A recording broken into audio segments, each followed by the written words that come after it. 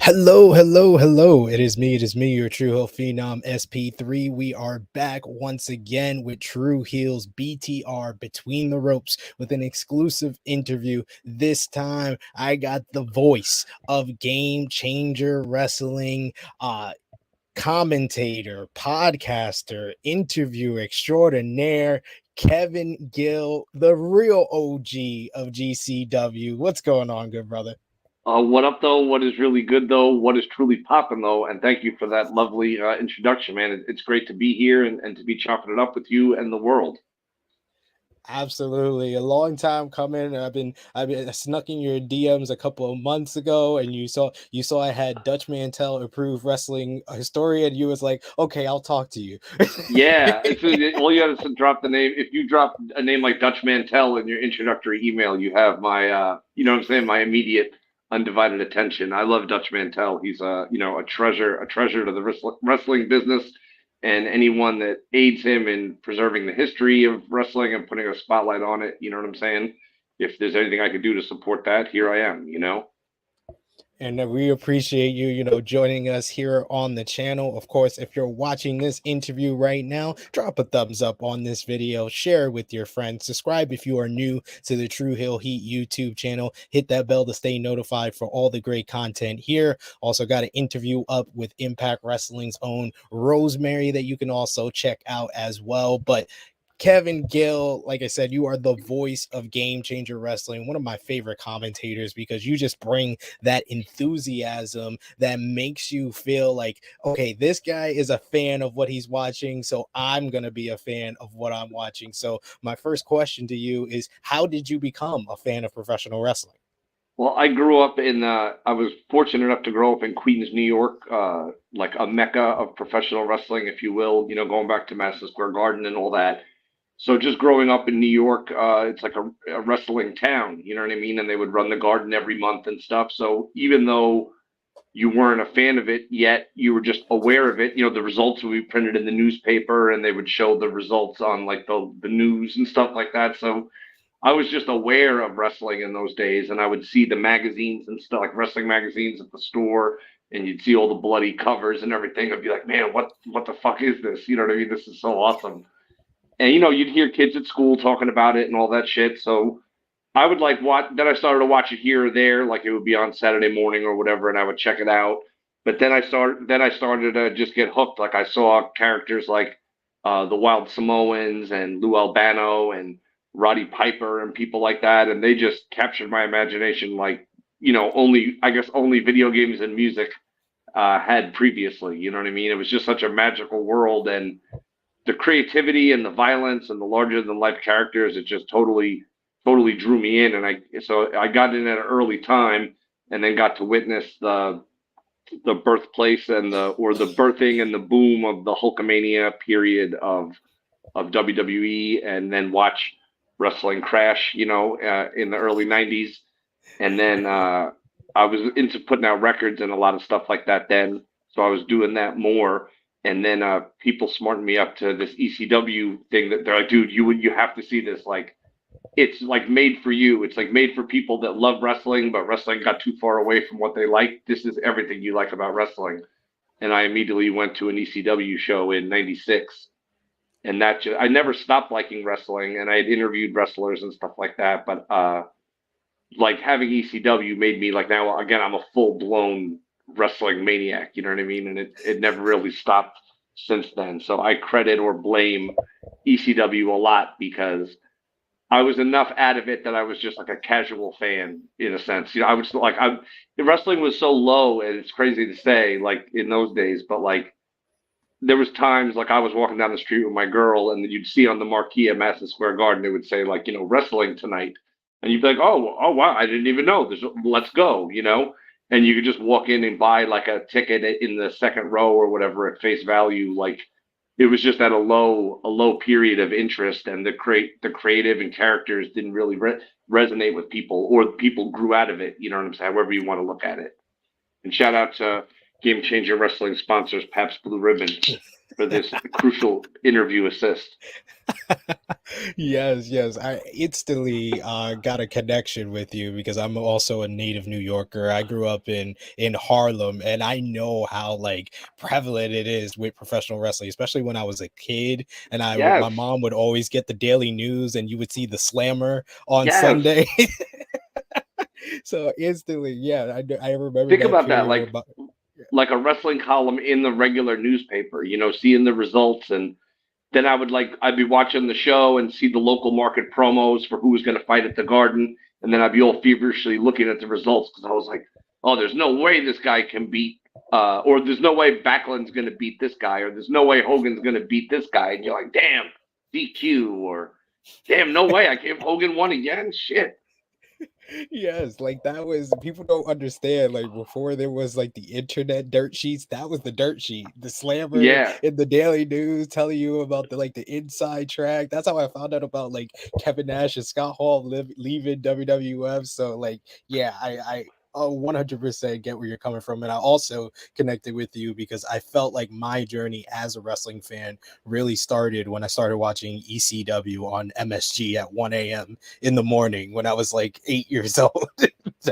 That was like really when I got into it. But what would you say is like that moment where you felt like you wanted to be a part of the business? Like what did you feel like it was any one point or one character that really got you into it?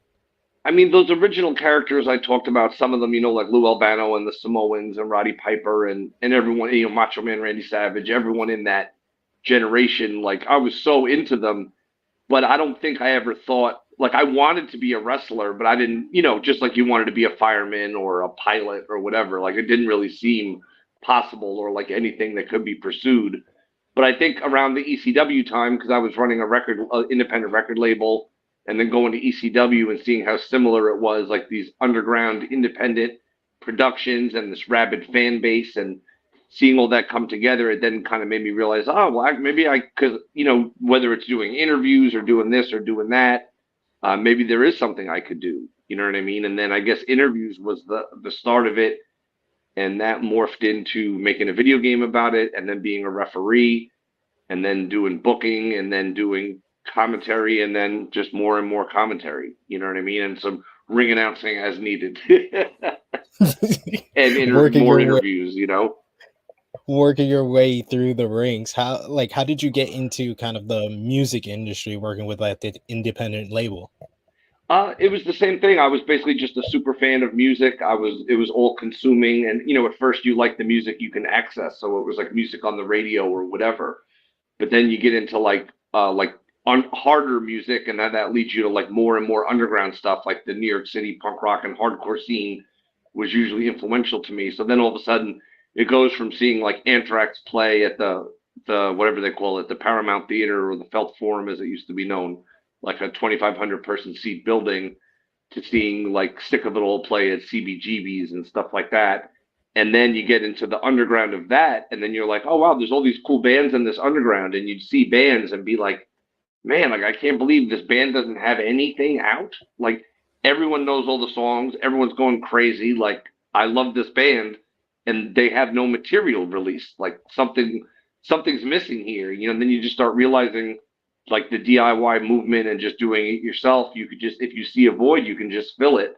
So I started working with some people and started. First, I started getting bands shows because I'd be like, why is this band playing here? Why aren't they playing somewhere better? But I would talk to the band about it, and then they would be like, "Oh, we wish we could play these other places. Can you get us a show at one of these good places?" So then I started being like, "Oh, well, how would I do it?" Okay, well, let me send the tape and a picture and a letter to this promoter who run or these five venues and tell them who you've played with and blah blah blah, and that you want to open for any one of these shows. We go through the listings and see. And then one of the venues started hitting us back, and then all of a sudden I was getting the band booked with their dream uh, gigs, like opening for their favorite bands and shit. And then it just morphed into like, well, I'm still in this void where there's no one else in this space, like grabbing people and pulling them up or whatever, so to speak, or giving them a platform. So it just kind of morphed into putting out records. And we had like distribution in Europe and stuff as well as here. So bands could get their music out and then go and tour Europe off of it, so that it proved to be good for them. And it was just all the same experience, like all the same stuff you learn in doing that. It's whatever the end product is, whether it's a live concert, whether it's a record, a CD, whatever, or a live wrestling show, pay-per-view. You know what I mean? To me, they're all the same in that they are, entertainment products and kind of engrossing events that kind of, through the sense of community that comes with it, it transcends like what a traditional event is. Like you could go watch, the X-Men movie or some shit and it's dope, but it's not the same as being a part of something and knowing you're just the same feeling as going into the ECW arena or going to CBGBs or going to a Game Changer show. I feel like you still feel that you're part of the underground, you're part of a revolution. You know what I mean? There's a whole list of approved stuff for you to do, but you're like, I'm into like the bleeding edge of shit. I want to like get it straight from the source. You know what I mean? And Yeah. with wrestling, just like music, sorry, these wireless buttons. The biggest bands of tomorrow always come from the underground, and in the same way with wrestling, almost every main eventer in WWE and AEW has come from a robust background on the independents, and it's great to Yeah. discover them through WWE and AEW, and then go back and revisit all their great work. But it also is very compelling to just be a part of that as a fan, as a supporter, or in whatever capacity. You know what I mean? And watching all that stuff grow and change. It's like the indies are and always will be the future of the industry. So why not tap in now? You know what I mean? Yeah, and I 100% understand where you're coming from. Like I said, like finding out about ECW and becoming like my favorite guys were like Taz and RVD. To see them to go through ECW to WWE, it was different from the guys that I discovered in like WWE at that time. So talking about some of your other background, you talked about you in the video game industry, and that's one that takes a lot of time to even develop and come up with an idea and follow it through. How did you one have the patience for that, working in a fast moving, industry like with music to go into video games? How was that? Well, video games was a nice transition because it definitely paid a lot better than independent music did. You know what I mean?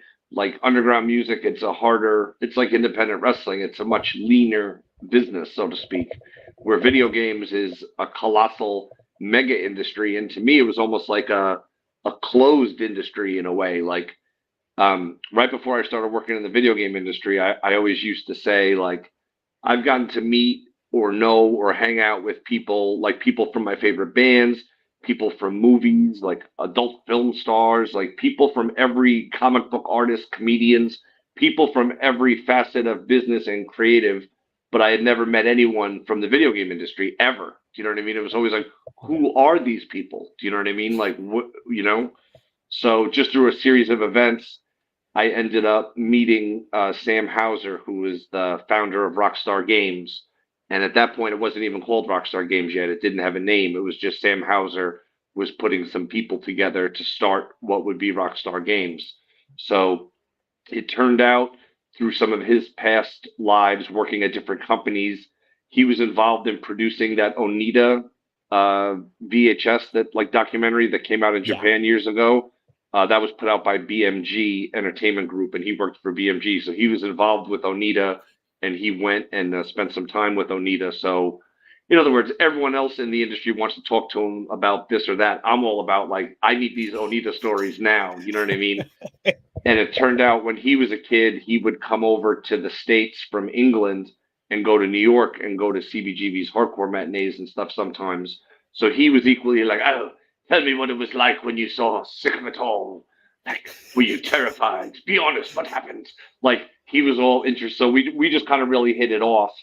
And then a short time later, he asked me to join the company, and I was or the unnamed company, and I was happy to do so. But like you said, it was.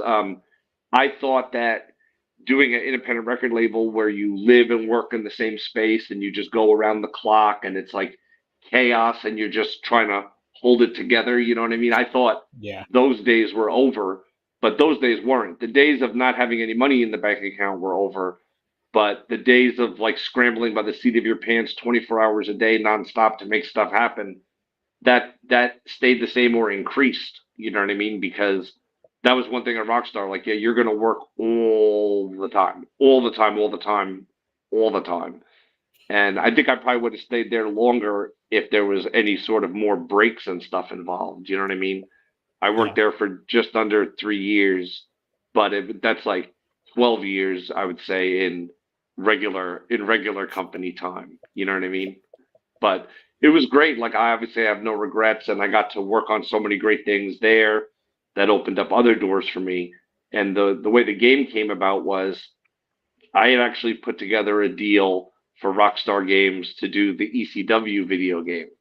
Like, I had put together a deal with Paul Heyman. We had a series of meetings, and one weekend I rented a van and brought the whole Rockstar Games team, like a 15 passenger van, and brought everyone down to the ECW arena in Philly to see it in person because I've been hyping it up for so long, and everyone was in on this pitch, and I was like, you guys have to see it. Like, you have to. The tape doesn't. It's great, but I want you to be in the room, see it, experience it, and then also in my mind, be comfortable and fully understanding of every fucking thing that's happening. You know what I mean? You can't pretend Yeah. like, oh, I didn't know there was going to be blood, or oh, I didn't know. You know what I mean? Like, come experience it, and they did. And in the end, you know, ECW's situation, their financial situation was getting very shaky, and well, at that time, this is like '98, and all the it could have been '99, but all the you know, all the talent was leaving. Do you know what I mean? And there was a Yeah. lot of questions in the sheets and whatever about talent being owed money and those type of things. And a video game takes so many years to develop, and it costs so much to develop. Um, it was put to me as like, you know, do you think this? Do you think ECW will be around in 2.5 years or 3 years when we put this game out? And I'm like, you know, just like, you know, well, the business is secular and blah blah blah blah blah, and this is like Sam's boss, Ryan Brandt, who, you know, basically put up the money for Rockstar, and it's me and Yeah. him in his office, and we're dancing back and forth with it. Because I don't want to say like, because you can't say that it's not going to be there, and I also personally don't want it to not be there. But he's like, Kevin, because there was like an advance involved, an advance payment that we were about. Like, we had the contract signed from ECW, and we were about to issue the check, and the check then makes it because we didn't sign the deal yet. Like, we return the signed deal and the check, and that locks the deal.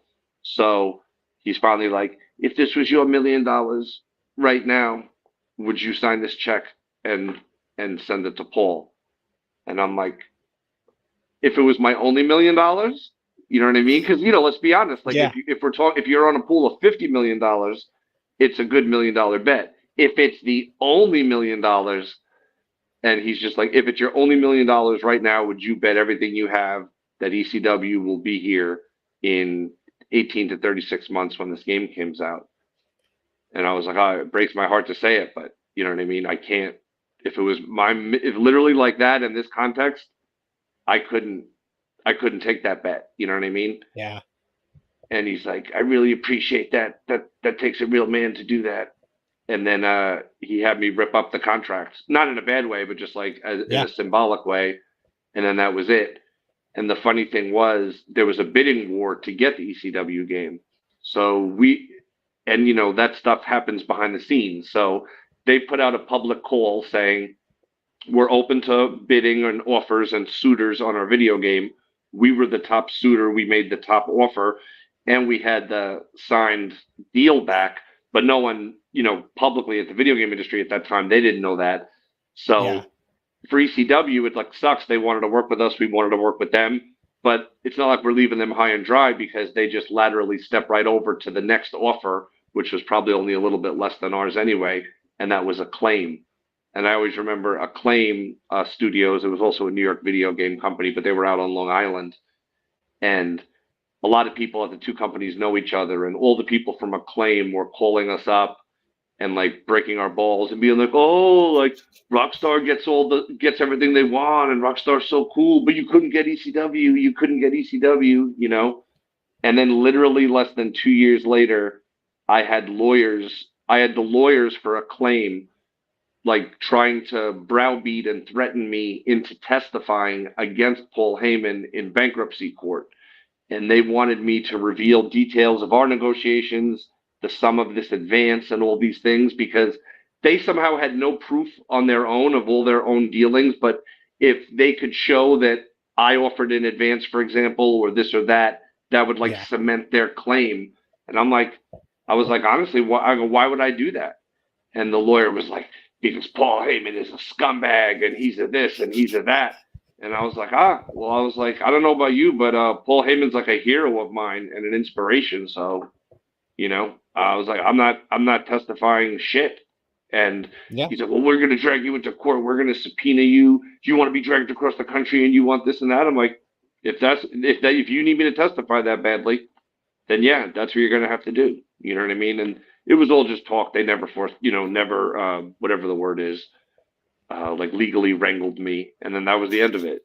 And then Acclaim did the deal. But yeah, less than 2 years later, they wanted me in court for the bankruptcy because ECW went bankrupt and now Acclaim was left holding the bag for all this Yeah. money.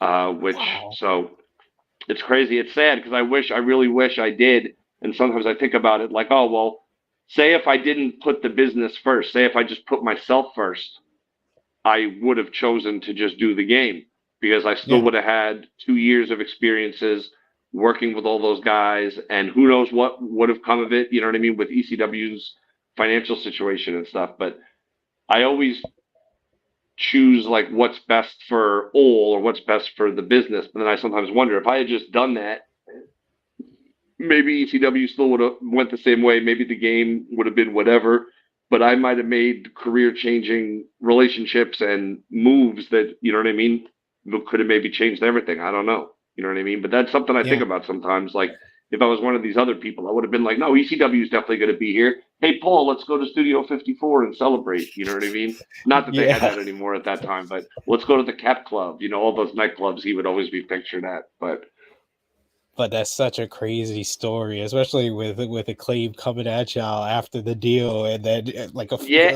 we years saved later. them. Like Yeah. we didn't say anything when they're all rubbing it in. We're just like, oh man, you got us. And one of my favorite memories ever is the first meeting we had with Paul Heyman. It was like we rented out like a conference room in the center of Manhattan, and it's just a giant table with like whatever 24 or 12 seats at it, and me and Sam and Ryan Brandt are sitting there at the table, and it's Paul Heyman, so he's not there. If it's a 12 o'clock meeting, he's not there at 12 o'clock.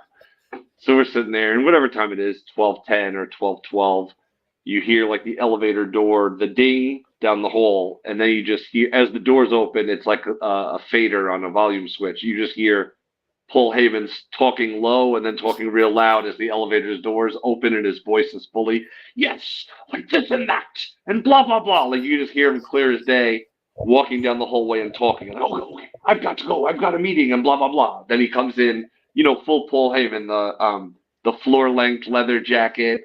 Like, as Yeah. I joked afterwards at the time, like everything but the laminate. You know what I mean? Like that was the only thing he didn't Okay. have on was the GCW laminate. And I'm just like, and he walks in the room and we sit down and we start having this meeting. And Ryan Brandt, the CEO of Rockstar Take Two, he's like, and it's weird how people do this because meanwhile we're totally sold on the game and we're ready to do it. But then they go into these meetings and they ask questions that are like of mild disinterest or whatever, way just to be like, Yeah. So he's like, like, if WWE's license is coming up for availability soon and blah, blah, blah, what makes ECW any different? Like, why would we want ECW? And Paul Heyman is like, that's an excellent question, Ryan. But the person I think that can answer that question even better than me is Kevin Gill. And I'm sitting right there and I'm like, you know what I mean? I know sell it, but I'm just like, oh, holy fuck. And it's like the opening question of the thing. And Paul's like, he's been there. He knows the vibe, the tone, the this, the that. Kevin, would you mind answering that question? And then I stand up and give a little 5-minute presentation answer off my head about, the wrestling revolution of ECW and how it differs in every way and blah, blah, blah. And then Paul Heyman's like, thank you. And then after he said thank you, he goes, by the way, I loved your interview with Fred Blassie. it was a great read. And he does it in front of all the executives of my company, and I'm just like, this motherfucker like is like making me. Do you know what I mean? Yeah. Just by association. And I met him once in passing before, like never spoke to him more than like, hey, nice to meet you. So I don't know what gave him the confidence to know that I could speak on his behalf or I could give a really compelling pitch on what makes ECW better than everything else. But I'll never forget that he did that. He just threw me a lateral pass in this really important, multi-million-dollar meeting. So these are things that always stay with me. And ironically, I did this interview with Classy Freddie Blassie for a music magazine, and I loved ECW, so I'd always work ECW into anything I was doing if I could. So even if that meant asking Freddie Blassie a question about ECW, and I figured that he would probably either not know what it was or be dismissive of it, but instead he's like, he put over ECW and put over Paul Heyman. And I didn't know at that time when Paul Heyman was a kid and coming down to Madison Square Garden to shoot at pictures at ringside, Freddie Blassie was the guy who got him hooked up to do that originally. And then even though he didn't have a driver's license, he would drive Freddie Blassie home from Madison Square Garden because Freddie Blassie was almost like legally blind. Wow. So that's a whole crazy story. But yeah, that shit is yeah, it was some of the craziest and most memorable things at the same time, you know?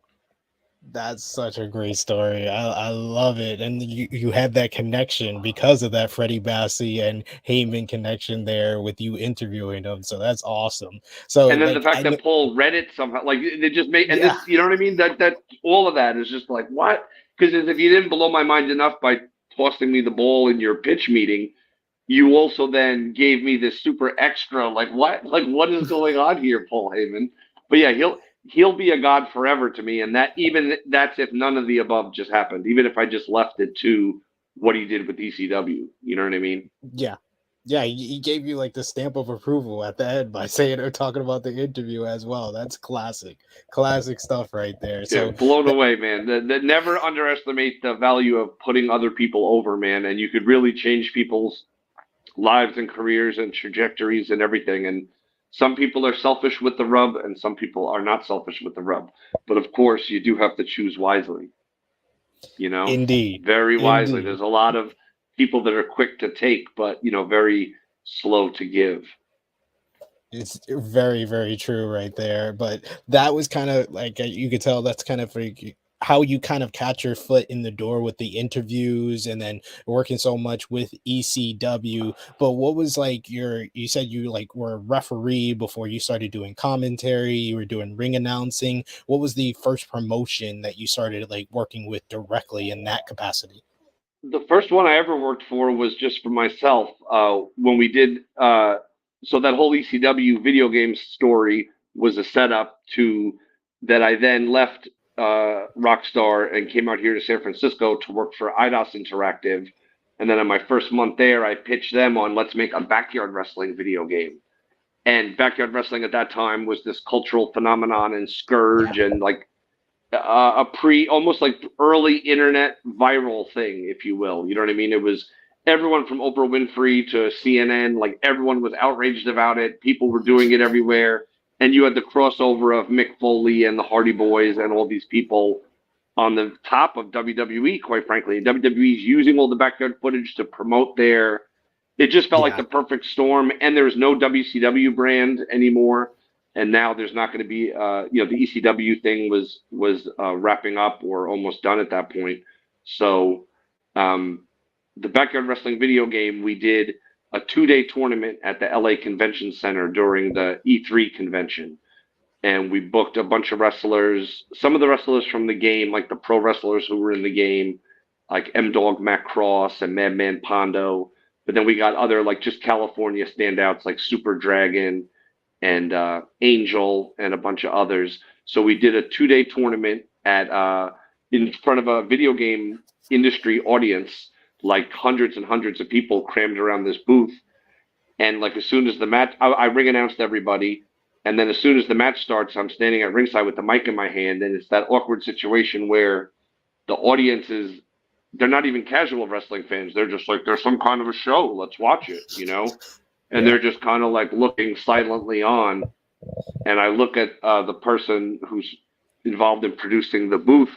And I was like, I say to her, I was like, ah, and she's like, yeah, like it needs something. You know what I mean? Because the match just started and it's this awkward silence.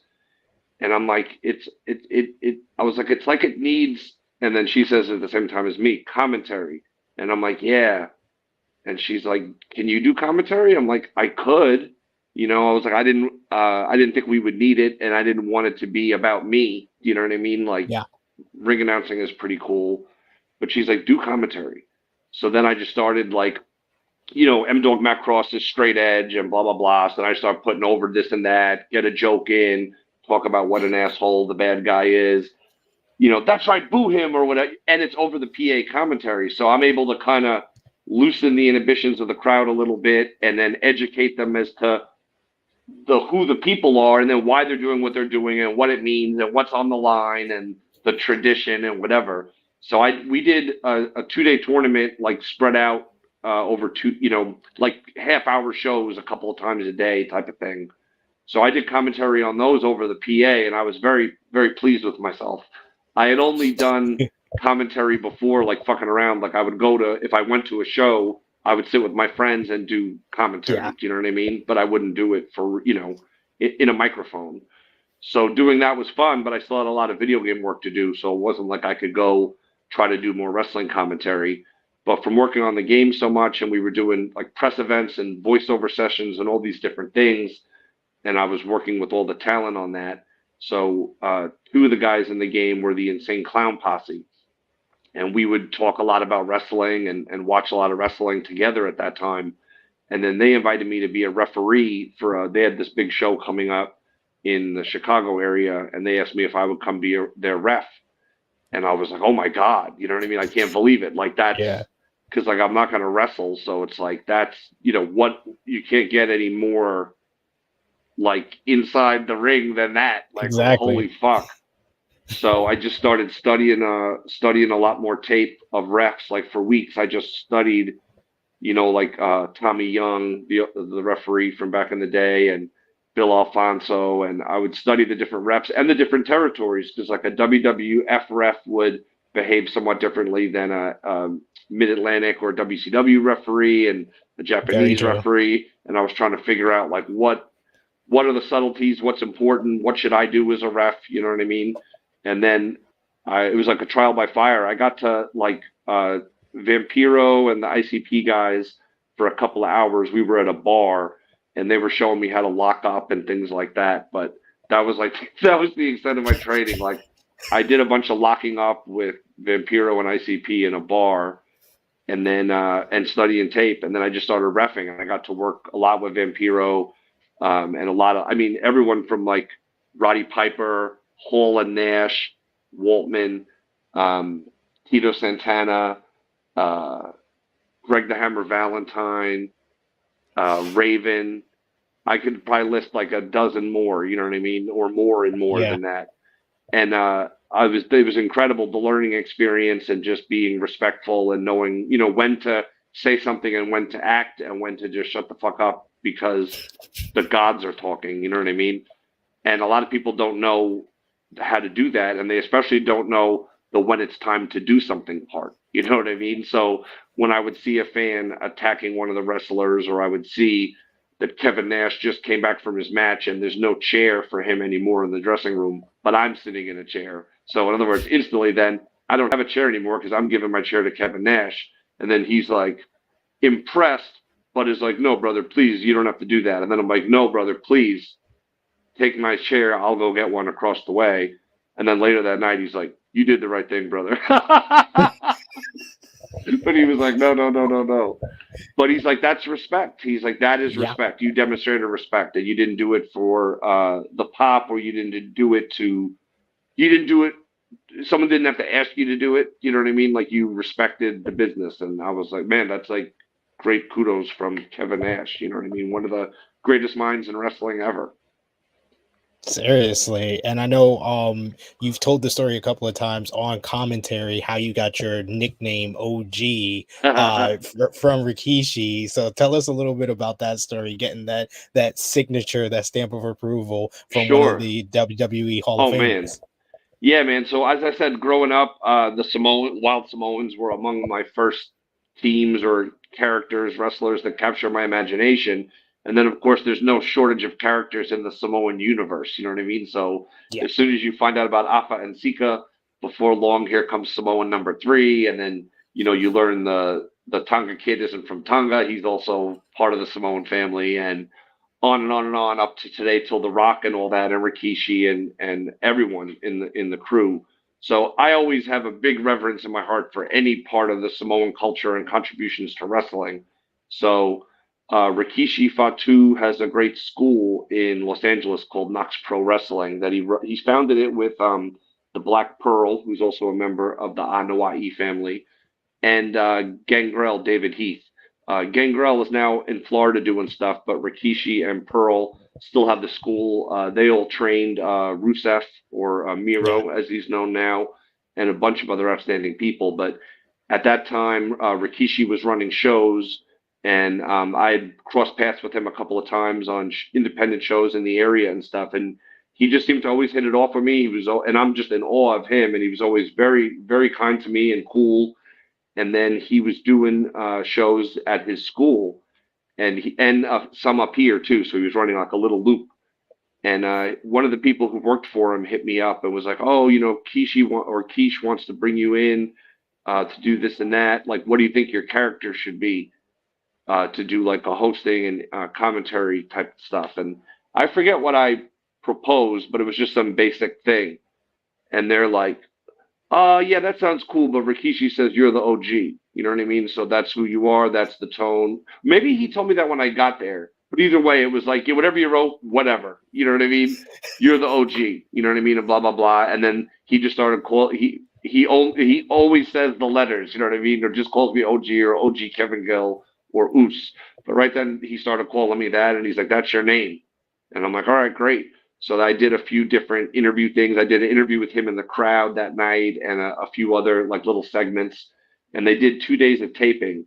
So then they were bringing in Scotty Tuhati to reunite with Rikishi for the first time. It had been a great number of years since they had been together.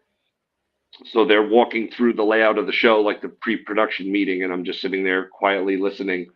And Rikishi's like, "All right, so then, blah, blah, blah. I get up, the music hits. Oh, but wait, like someone's got to put on my glasses though, because that's what sets me off with dancing, and it's like Scotty Tuhati's there and Rikishi's there, but the other guy's beat up. So he's like, who can put on the glasses? Then he looks at me like, OG, when the music hits. So then I'm like, wow. So now I'm going to get up on the ring apron and be like, boop, and put the glasses on Rikishi that set off his fucking dancing. This shit is wild as fuck. You know what I mean? And yeah, we did it, and I'm always grateful for it. It was very cool of him to think of me and to book me for a bunch of events. You know what I mean? And I recommend anyone that's serious about their wrestling training should look in to Knox Pro, KNOKX. Damn these wireless buds! I get these just for So interviews, and they can't even stay in my ears just while I'm sitting still.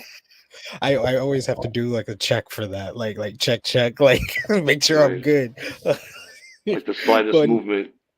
But yeah, so at least I feel like if a true OG of the wrestling business, someone whose contributions to the business go back decades before the Rikishi gimmick, and all his family's contributions, like to be christened with a name or to be thought of in any capacity by someone on his level is awe inspiring to me. Do you know what I mean? And like I was yeah, saying before, some people are, I guess, more giving with the rub, if you will, and some people are more greedy or non-generous with the rub. But it's interesting too because Paul Heyman and Rikishi have a rich history too, and Paul used to manage that. So it's just funny yeah, how the world works, and people who conduct themselves in similar ways all kind of find each other and know how to cohabitate and what I'm saying, make stuff happen. So much respect to the OGs, you know what I mean? The people that inspire people like you and me to be here. And hopefully someday there's people somewhere that they got into it or they got a hand up or got their start because of something you did or something I did. You know what I mean? yeah, man. It's just the way they kind of taught everything. You kind of just make it a part of your nature when you're doing this for sure. So like that's why I appreciate you like taking the time to even speak to me. So Oh, kind of fuck yeah, to dude. bring this journey into what you're doing now, how did you get connected with Game Changer Wrestling, Brett Lauderdale, and become the voice of Game Changer Wrestling? It was interesting. I always try to follow wrestling closely. You know what I mean? Ever since the ECW resurgence for me in '96. So I would always be very interested in who was doing what where, like anywhere around the indies. If someone's drawing a crowd or getting a buzz or has cool stuff happening, I want to know about it. I want to see it. And I would start seeing these insane clips from Game Changer Wrestling on Facebook and other places. And I would see Joey Janela on there, and I'm like, man, these motherfuckers are crazy. Like this shit is really fucking wild, man. And I was booking the wrestling for Juggalo Championship Wrestling and the events they do at the Gathering of the Juggalos and stuff. So I was like, man, I got to get Joey Janela to wrestle at the Gathering. Like he's perfect for this. So I booked him, and then he actually got hurt going off the roof with Zandig or whatever in that famous sequence, and he couldn't do the Gathering that year. So then I had to wait a whole nother year, and I booked him and Penelope Ford. They worked as singles, and they also did like an intergender tag together, and they just crushed it. They were awesome. So I had been in touch with Joey, from when I first tried to book him till then. So I would stay up on what he and what GCW was doing. And then for me, the breakthrough moment was when I forget where I was, but I was just sitting somewhere, either at my computer or looking at my phone. And maybe it was on PW Insider, Mike Johnson's website. I saw like the announcement, like Game Changer Wrestling announces midnight show, WrestleMania weekend, spring break or whatever. And I'm like, yo, like a midnight show, but it's like the night before, like when everyone's in town and there's nothing to do and these guys are fucking crazy, and they're running a show like over 1,000 miles from their home base in the New Jersey area. Like, I have to be involved with this somehow. So like the second they announced it, I hit up Joey, and Joey was like, yeah, let me, I'll hit up Brett. I'm sure I'm sure there's something we can do with you on commentary. So then Brett gets in touch with me, and Brett's kind of like, yeah, like we they don't even have the matches booked yet. You know what I mean? And they're like, yeah, like we haven't really started to lay out who's doing commentary yet. But Brett's like, we're gonna do like have different people rotating through commentary. So if you want to just pick a match, you're the first one. So pick any match you want. And well, they did have a few matches announced. To be fair, they were like, you could pick any of the announced matches, and I was like, all right, cool. So I just showed up happy as fuck, called my one match, and I loved it. And then that was it. And I just stayed in touch with them and whatever. And then the next year at spring break, I came back and I got to do a few matches. I forget if it was a combination of people. I can't remember if it was me and Excalibur or me and Drew Cordero or a combination of both. But I got to do a few matches there. And it was just getting bigger. Like that spring break 2 was insane. That was the one in New Orleans with like set a GCW attendance record. And then from there, it just started to be like after I did Spring Break 3 the following year, then I just started calling pretty much, I think at that point, every GCW show. A big moment for me was when they came to LA and they did what ended up being the David Arquette versus Nick Gage match. So I was there to do commentary, and I'm just waiting to find out like what matches am I doing or whatever. And it's like 2 o'clock in the afternoon, and you're like, oh, I wonder what matches I'm doing. And then it's like 3 in the afternoon, and you're like, oh, I wonder. 4 o'clock, 5 o'clock, 6 o'clock, 7 o'clock, 7:58, 7:59. Like the show starts at 8, so I'm just standing by the curtain, so I'm visible, and I'm just waiting. Like, I wonder what matches I'm doing. And in a great twist of fate, DJ Z, Zima Ion, who's I forget his name in NXT. I always do this. Joaquin Wilde. Yes. Joaquin Wilde.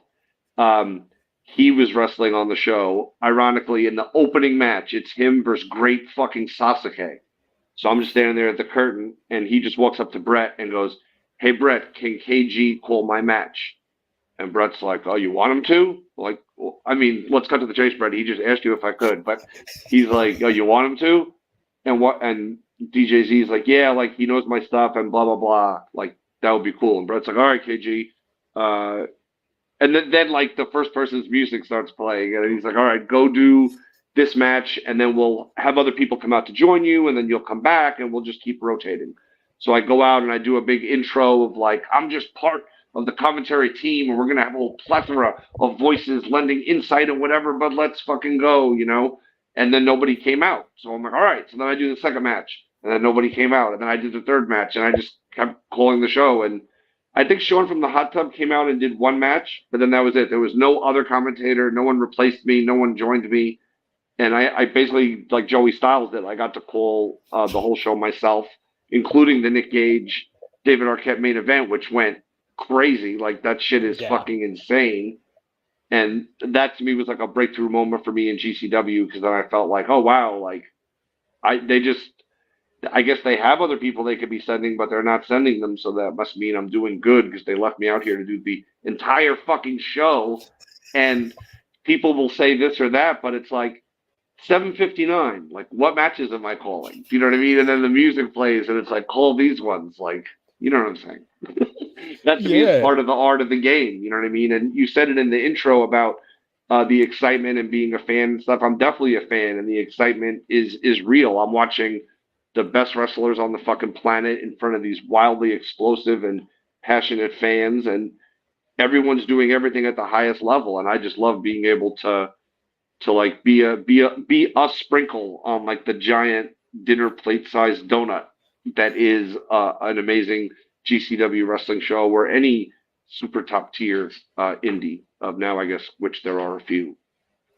Yeah, but I think I'm not even, you know, trying to blow smoke up your ass here. Is GCW is the top independent promotion right now, and like you said, you got your fandom from ECW, and that show that you talk about, you pulled the Joey Styles, like you have that type of energy to you that really, like, Joey Styles was one of the main reasons why I became a huge fan of ECW, is because he had that genuine enthusiasm watching the show where he was a fan of what he was watching, so it made you a fan. And that's why I go out of my way to watch the GCW events. Like, I'm in the UK right now, so I'm not able to watch it live, but the next day my wife is like, what are you doing on the computer? I was like, I gotta watch the GCW show that was on, because I gotta hear what you guys are saying, I gotta see what the action is going on. You got some big shows this weekend. You're gonna be on the West Coast in San Francisco and LA, then you're finishing out the month